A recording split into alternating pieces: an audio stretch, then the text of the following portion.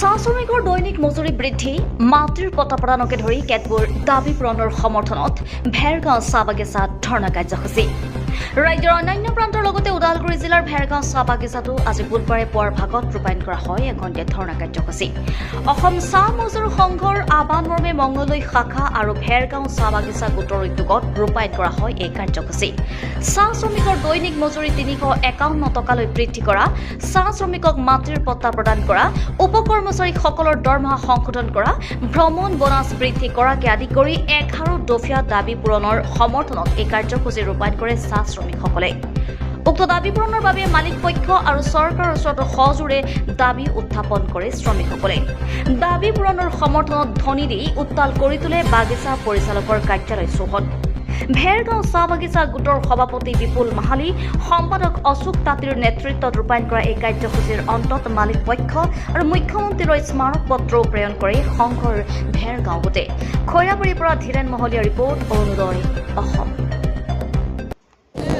আজি আমি অসম চাহ মজদুৰ সংঘ ভেৰগাঁও চাহ বাগিচা প্ৰাথমিক গোট সংঘই অসম চাহ মজদুৰ সংঘ কেন্দ্ৰীয় সমিতি ডিব্ৰুগড় সমিতিৰ নিৰ্দেশ মৰ্মে আজি ১ ঘণ্টীয়া ধৰ্ণা কাৰ্যসূচী আমি ভেৰগাঁও চাহ বাগিচাত পালন কৰিছোঁ।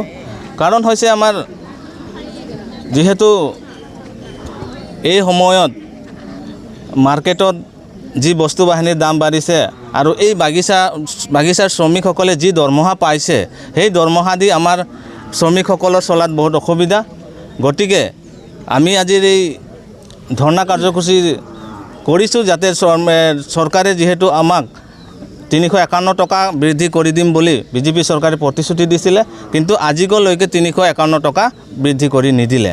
তাৰপিছত হৈছে আমাৰ চাহ শ্ৰমিকসকলৰ যি উপকৰ্মচাৰী চৰ্দাৰ চকীদাৰবিলাক কাম কৰে, তেওঁলোকৰো দৰমহাৰ চুক্তি এতিয়ালৈকে কৰা নাই, যিহেতু সিহঁতৰ ম্যাদী উকলি গ'ল, কিন্তু মালিক পক্ষই ইয়াক কোনোভাৱে গুৰুত্ব দিয়া নাই।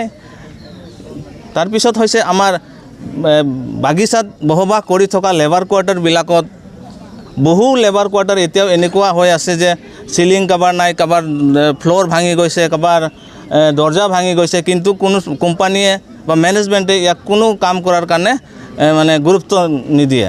আমি শ্ৰমিক হিচাপে বাগিচাত কাম কৰোঁ, বসবাস কৰি থাকোঁ, কিন্তু আমাক থকা সুবিধাটো আমাক ভাল লাগে না।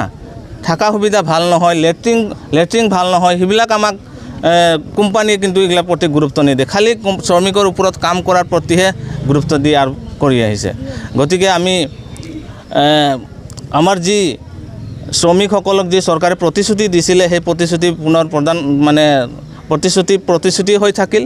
আমি আজিৰ এই ধৰ্ণাৰ কাৰ্যসূচীৰ জৰিয়তে আমি জনাব বিচাৰোঁ যে চৰকাৰে যি প্ৰতিশ্ৰুতি শ্ৰমিকসকলৰ ম্যাদী পাটা প্ৰদান কৰাৰ কথা আছিলে সেইটোও আজিলৈকে নিদিলে বিজেপি চৰকাৰে।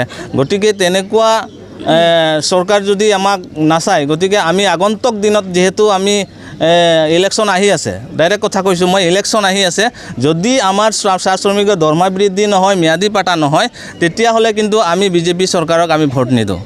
আপুনি স্বাস্থ্য সেৱাৰ সৈতে জড়িত হ'ব বিচাৰে নেকি?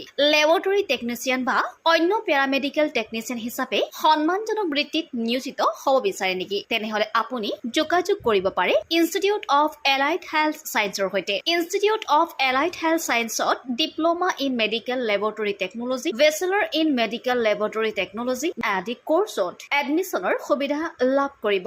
ইনষ্টিটিউট অফ এলাইড হেল্থ ছায়েন্সত উপলব্ধ সকলোবিলাক কোৰ্চে university recognise course. Institute of allied health ছায়েন্সত এডমিশ্যনৰ বাবে যোগাযোগৰ ঠিকনা তেতেলিয়া LP স্কুলৰ সমীপত, গুৱাহাটী। ফোন নম্বৰ 600006263881 বা 6001089572।